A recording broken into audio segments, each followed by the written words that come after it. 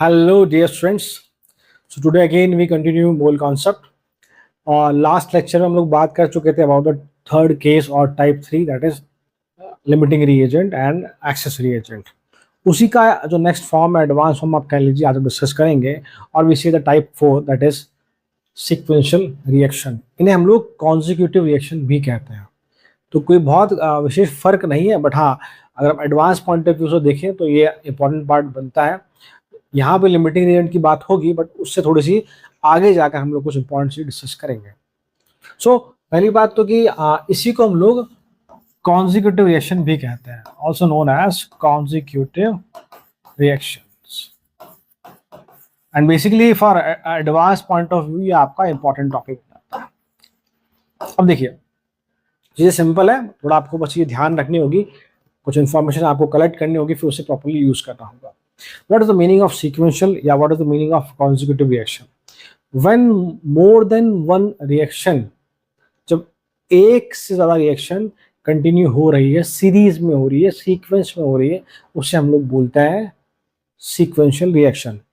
Condition is what की जब मान लो तीन रिएक्शन है सीक्वेंस में हो रही है, तो इन बिटवीन टू रिएक्शन वहां पर कोई ना कोई एक कंपोनेंट रिएक्शन का कॉमन होगा. इन बिटवीन टू रिएक्शन जहां कोई ना कोई एक कंपोनेंट रिएक्शन का कॉमन होगा उसे हम लोग बोलेंगे सीक्वेंशियल रिएक्शन. एग्जांपल समझते देखिए, आपके लिए बेटर रहेगा. सपोज करो मैं एक रिएक्शन लिखता हूं एग्जांपल की फॉर्म में. मान लो हमने कहा कि भाई कि A plus 2B gives C, ये मैंने रिएक्शन लिखी. फर्दर मैंने लिखी भाई कि 3C plus D gives 2E. Further लिखा मैंने E plus 5F gives 3G. ये एक अपने सीक्वेंशियल रिएक्शन लिखी है. हमने क्या बात रखी कि सीक्वेंशियल रिएक्शन में इन बिटवीन टू रिएक्शन एक कंपोनेंट रिएक्शन का या एक सब्सटेंस रिएक्शन का कोई ना कोई कॉमन जरूर होगा. अब देखिए शुरू के दो रिएक्शन देखिए आपको C कॉमन मिलेगा, अगले दो रिएक्शन देखिए आपको E कॉमन मिलेगा. This is what the sequential और वी से कॉन्जिक्यूटिव रिएक्शन. कि इन बिटवीन टू रिएक्शन, शुरू की दो या लास्ट की दो या कोई भी लगातार जो कॉन्जिक्यूटिव दो रिएक्शन है या सीक्वेंस में दो रिएक्शन है, उसमें कुछ ना कुछ कॉमन होगा. और इन जनरल हम लोग C या जो E है D है, इनको हम लोग क्या बोलते हैं, this are known as intermediates. इनकी बेसिकली हम बात करते हैं जब हम पढ़ते हैं ऑर्गेनिक केमिस्ट्री में. यहाँ मैं बहुत ज़्यादा डिटेल में नहीं जा रहा, सबको बेसिक आइडिया दे रहा हूँ. This is what the sequential reaction. अब दूसरी बात, यहाँ हमसे क्वेश्चन कैसे पूछता है, तो क्वेश्चन आंसर दो तरह से पूछे जाते हैं आपसे. पहला कि आपको फर्स्ट रिएक्शन में किसी सब्सटेंस के बारे में, मतलब A B C किसी के बारे में कोई इन्फॉर्मेशन दे, और लास्ट रिएक्शन में से किसी के बारे में कुछ पूछ ले. कि फर्स्ट रिएक्शन के बारे में कुछ इन्फॉर्मेशन हो और आपसे लास्ट रिएक्शन में किसी सब्सटेंस के बारे में कुछ पूछ ले, किसी कंपोनेंट E F G के बारे में कुछ पूछ ले. एक तरीका तो ये है. दूसरा कि आपको लास्ट रिएक्शन के बारे में कोई इन्फॉर्मेशन दे और आपसे फर्स्ट रिएक्शन के बारे में कुछ पूछ ले. This is what the basic pattern जैसे हमसे क्वेश्चन पूछे गए अभी तक, वो ये पैटर्न रहा. सो मान लो कि मैं इसी एग्जांपल को क्वेश्चन की फॉर्म में कन्वर्ट करता हूं. सो मान लो मैं कहूंगी if 5 moles of A and 20 moles of B are reacted, 5 moles of A and 20 moles of B are reacted, then calculate and determine maximum number of moles of G will produce. क्या question है? Question में आपको moles given है, moles आपको given है A और B के, इसके 5 मोल गिवन है, इसके आपके 20 मोल गिवन है, और आपसे G के कितने मोल मैक्सिमम बनेंगे उसके बारे में पूछा है. तो मैं ये कहा था कि फर्स्ट रिएक्शन में सब्सटेंस के बारे में इंफॉर्मेशन गिवन हो और लास्ट के बारे में पूछ ले, या वाइस वर्सा, ऐसे क्वेश्चन आपसे पूछे जाते हैं. ये क्वेश्चन है. तो बहुत सिंपल सी आपको अप्रोच यूज करनी है, कुछ खास इंपॉर्टेंट चीजें नहीं है या ऐसा डरने वाली बात नहीं है, आप ऐसा कहें, बहुत ईजी है. पहले वही आप लिमिटिंग रिएजेंट निकालेंगे, फिर लिमिटिंग रिएजेंट ही डिसाइड करेगा प्रोडक्ट क्या बनेगा, वैसे हम आगे बढ़ेंगे. देखो तो first of all we have to calculate limiting reagent. तो ऑब्वियसली आप देखेंगे 5 मोल यहाँ 20 मोल है, कैसे निकालते हैं हम लोग? नंबर ऑफ मोल्स को स्टोइकियोमेट्रिक कोएफिशिएंट से डिवाइड करते हैं, जो रेशियो या वैल्यू कम आती है वही आपका लिमिटिंग रीजन है। 5/1 5, 20/2 10, यहाँ 10 आ रहा है, 5 आ रहा है, ये आपका LR। That's all, that's all. तो इसका मतलब क्या है? अब LR डिसाइड करेगा C कितना बनेगा, तो हमें पता है कि 1:1 का रेशियो है, तो अगर इसके 1 मोल, इसका 1 मोल बनेगा, 5 है तो इसके 5 बनेंगे, खत्म बात, क्लियर? तो इसके कितने मोल मिलेंगे मुझे? 5 मिलेंगे। स्टोइकियोमेट्री नहीं देखना, फिर से कर रहा हूँ, कितने मोल मिलेंगे हमें? C के 5। तो अब हमें E के मोल चाहिए, तो हमें मालूम है कि भाई E के मोल के लिए क्या होगा, वही तरीका जो मैं पहले सिखा चुका हूं आपको। 3 के लिए 2 है, तो 1 के लिए कितना? 2/3। 3 के लिए 2 चाहिए, तो 1 के लिए 2/3, यूनिटी मेथड लगाया। 5 के लिए कितना? 5 से मल्टीप्लाई कर देंगे, इट इज व्हाट? 10/3। तो अब आपके पास E के कितने मोल आ गए? E के मोल आ गया हमारे पास 10/3। ये सुनो, तो 1 से कितने चाहिए? 3, 10/3 से कितना चाहिए? 3 गुना चाहिए होगा, तो G के कितने मोल आ जाएंगे पास? 10/3 इंटू 3, दैट इज 10 मोल्स। खत्म, बस, दैट्स ऑल, फिनिश। वापस देखो, ए और बी क्या इंफॉर्मेशन गिवन था, पूछा जी के मैक्सिमम मोल्स कितने बनेंगे। तो हमने देखा पहले लिमिटिंग रीजन निकाला, ए आपका LR आया, तो ए डिसाइड करेगा कि सी कितना बनेगा। तो 1:1 का रेशियो है, तो इसके 5 है तो इसके 5 मोल बनेंगे। सी में 5 मोल मिला, हमें स्टोइकियोमेट्री से मतलब नहीं है, हमें सी मिल गया, हमें ई निकालना है। तो क्या करेंगे? 3 से 2, तो 1 से 2/3, 5 से मल्टीप्लाई करते 10/3 मोल्स आ गए। तो ई के मोल कितने हैं? 10/3। अब ई के मोल अगर 1 है तो जी के 3 बनेंगे, तो 10/3 है तो उसका 3 गुना हो जाएगा, 10/3 into 3, that is what? 10 moles of G will produce, will form. ये एक बहुत ही बेसिक सा क्वेश्चन था। ये सुनो, हम आगे कुछ और क्वेश्चन देखते हैं, तो बस को फटाफट से उतारिए, थोड़ा जल्दी उतारिए इसको फटाफट से। So, देखिए बेटा next question,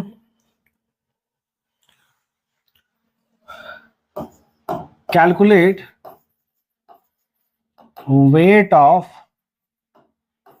polyethylene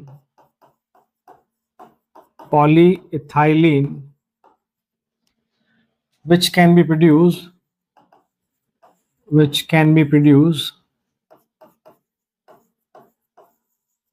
by 256 gram of calcium carbide। 256 gram of calcium carbide, ये क्वेश्चन पूछा गया है जेई में।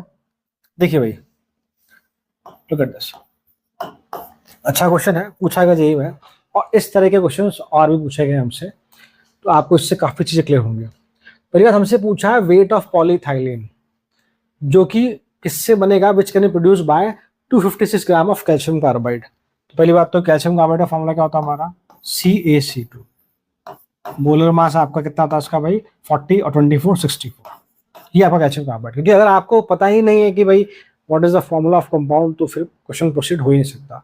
एक और बात समझिएगा, यहाँ आपको अभी अगर आप 11th क्लास के स्टूडेंट, तो आपको लग सकता है कि सर बहुत सारी रिएक्शंस आ रही है, बट फिर से कहूँ, डरने वाली बिल्कुल बात नहीं बेटा। आप आगे पढ़ेंगे पी ब्लॉक, डी ब्लॉक, बहुत सारी रिएक्शंस होगी, तो आपको धीरे धीरे मेमोराइज हो जाएगी, तो परेशान नहीं होना, ठीक है? सुनाओ, what is the meaning of polyethylene? तो पॉलीथाइलिन क्या होता है भाई? तो ये आपका इथाइन, कॉमन नेम इथाइलिन, और ये आपका polyethylene, it is a polymer. तो मतलब मुझे CaCO2 से ये बनाना है, CaCO2 मतलब कैल्शियम कार्बाइड से मुझे पॉलीथाइलिन बनाना है। ये समझ में आया भाई कि ये मेरा रिएक्टेंट है, ये मेरा प्रोडक्ट है। तो एक्चुअल में रिएक्शंस क्या होती है आपको देखिए, समझिएगा बेटा आप लोग, मैं फिर से कहूँ, घबराना नहीं, यहाँ पर एडवांस का टॉपिक है, कुछ चीजें आपको मेमोराइज करनी होगी, धीरे धीरे आप सीखेंगे। तो देखिए, फर्स्ट ऑफ ऑल क्या होता है कि स्टेप क्या होता है, फर्स्ट स्टेप में इसका होता है हाइड्रोलिसिस कैल्शियम कार्बाइड का, और उससे बनता है कैल्शियम हाइड्रोक्साइड, और साथ में बनता है हमारा इथाइन। अगर मैं बैलेंस करूं तो ऐसा कुछ। तो फर्स्ट स्टेप में क्या होता है, इसके हाइड्रोलिसिस से आपका इथाइन प्रोड्यूस होता है। फिर इथाइन का फर्दर हम क्या करते हैं, इसका हम करते हैं हाइड्रोजनेशन, मतलब एडिशन ऑफ हाइड्रोजन। ये आपने क्लास 10 में पढ़ा होगा। इससे बनता है आपका इथाइन। फिर इसको हम पॉलीमराइज करेंगे, मतलब ऐसा कुछ कि NC2H4 से ये बनेगा आपका पॉलीमर इथाइलिन। तो कुल मिलाकर 3 स्टेप है, कुल मिलाकर 3 स्टेप। फर्स्ट स्टेप में क्या होता है भाई कि इसका हाइड्रोलाइसिस होता है, उससे C2H2 बनता है, उसका हम करते हैं hydrogenation, that is addition of hydrogen, उससे बनता है C2H4, और C2H4 obviously it is what we say ethylene, इसको हम करते हैं पॉलीमराइजेशन, तो इससे मिलता है आपको पॉलीइथाइलिन। Clear point? ठीक, तो अब देखेंगे सीक्वेंस ऑफ रिएक्शंस है यहाँ पर, यस और नो। तो इसमें आप देखो क्या बात है बेटा, तो हम देख पा रहे हैं शुरू के 2 रिएक्शन में आपका ये कॉमन है, फिर आपका ये कॉमन, यस और नो, यस और नो।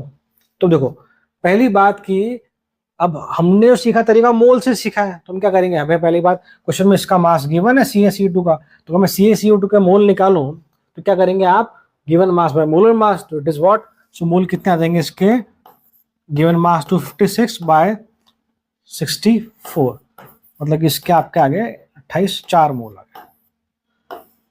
अब देखेंगे अगर मैं बैलेंस इक्वेशन की बात करूं यहाँ पर, तो हमें समझ में आ रहा है कहीं ना कहीं ये रिएक्शन आपकी बैलेंस्ड है, ये रिएक्शन आपकी बैलेंस्ड है, रिएक्शन आपकी बैलेंस्ड है। रिएक्शन का बैलेंस होना बहुत जरूरी है, हम पहले ही बात कर चुके हैं, कोई भी क्वेश्चन हो स्टोइकियोमेट्रिक कैलकुलेशन का, रिएक्शन का बैलेंस होना जरूरी है, अनटिल अनलेस कि हम आगे एक मेथड आएगा POAC, principle of atomic conservation, जो हम नेक्स्ट चैप्टर नेक्स्ट टॉपिक पढ़ेंगे, वहाँ नेक्स्ट क्लास में पढ़ेंगे, वहाँ रिएक्शन के बैलेंस की रिक्वायरमेंट नहीं होती, बट फिलहाल हम बैलेंस करेंगे।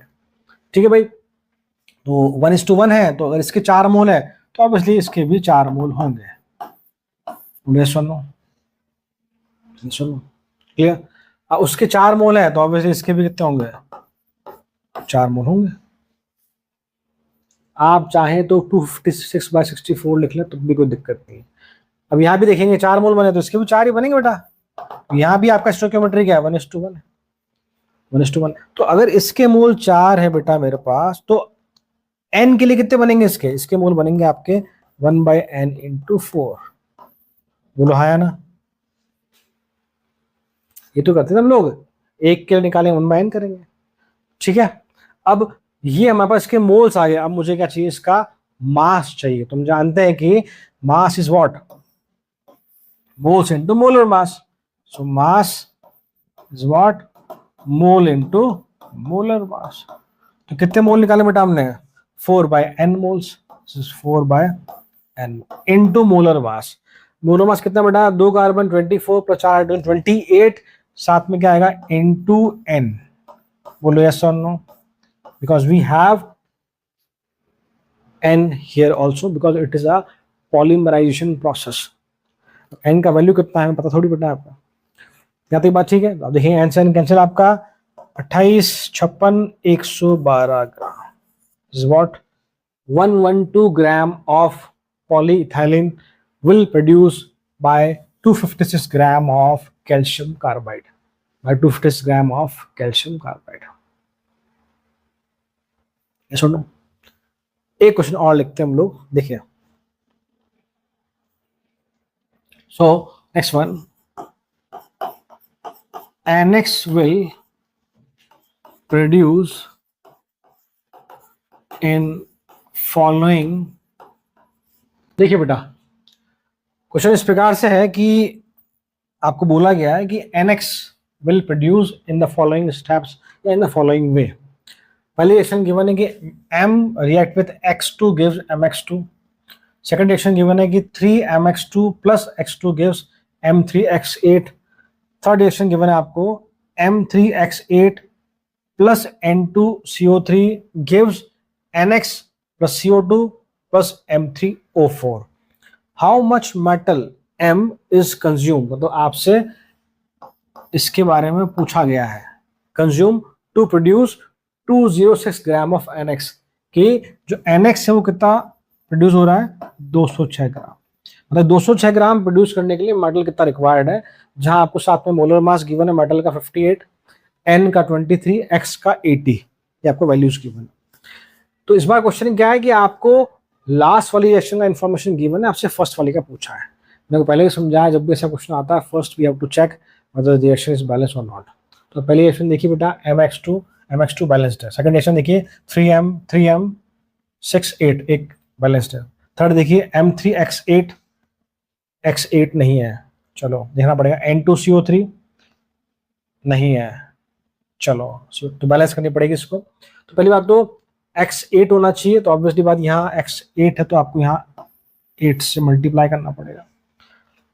8 से मल्टीप्लाई करते हैं यहाँ नाइट्रोजन, आप नाइट्रोजन सॉरी n जो है, नाइट्रोजन नहीं है, n जो वो 8 टाइम्स हो गया है, मतलब कि आपको यहाँ 4 से मल्टीप्लाई करना पड़ेगा। हम चेक करते हैं मेटल M3 यहाँ पर, यहाँ भी M3, कोई दिक्कत नहीं है।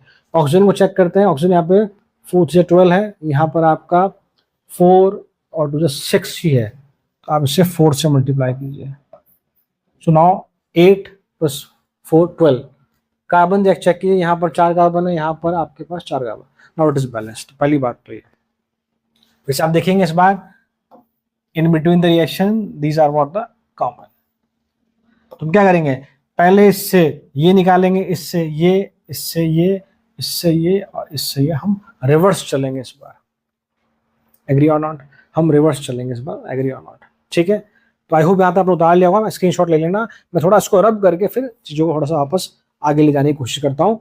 मैं यहाँ साइड में वेट लिख रहा हूँ, एम का आपका 58 है बेटा, और एन का वेट आपका है 23, और एक्स के लिए वेट आपका है 80। और क्वेश्चन में आपको बोला गया है कि जो NX है 206 ग्राम है।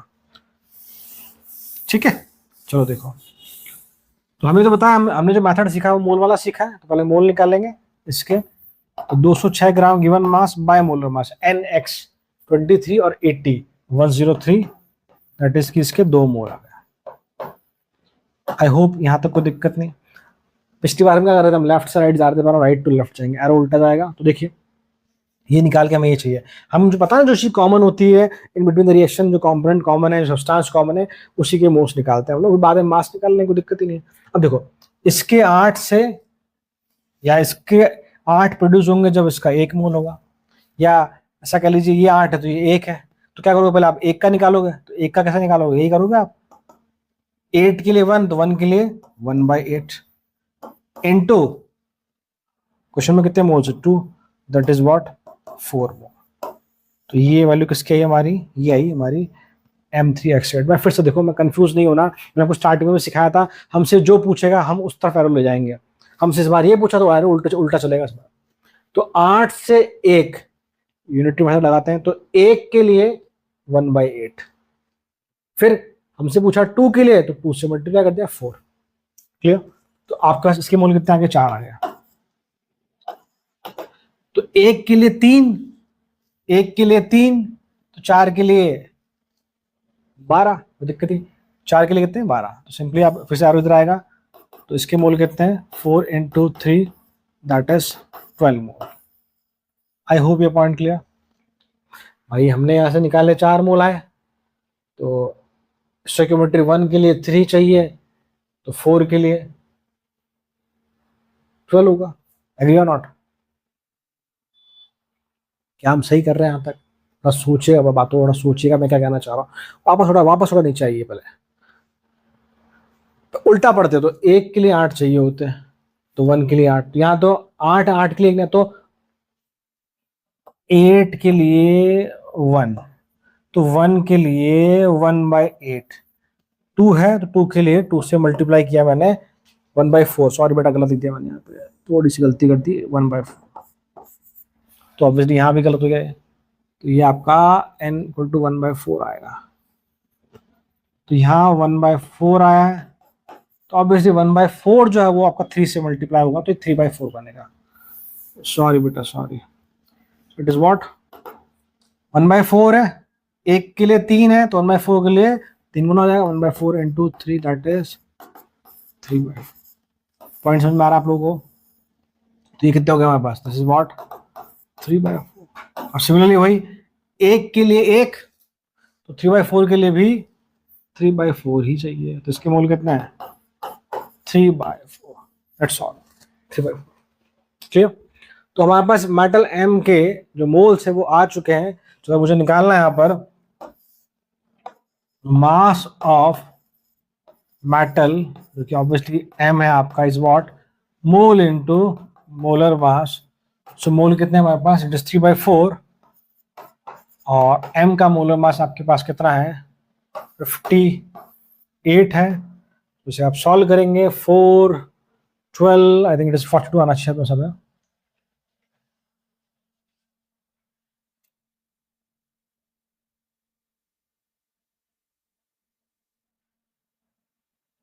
ये एक्चुअली 56 है क्वेश्चन, करेक्शन करना है इसको बेटा, मैंने गलत लिख दिया, 56 है ये, तो ये 56 हो गया हमारा।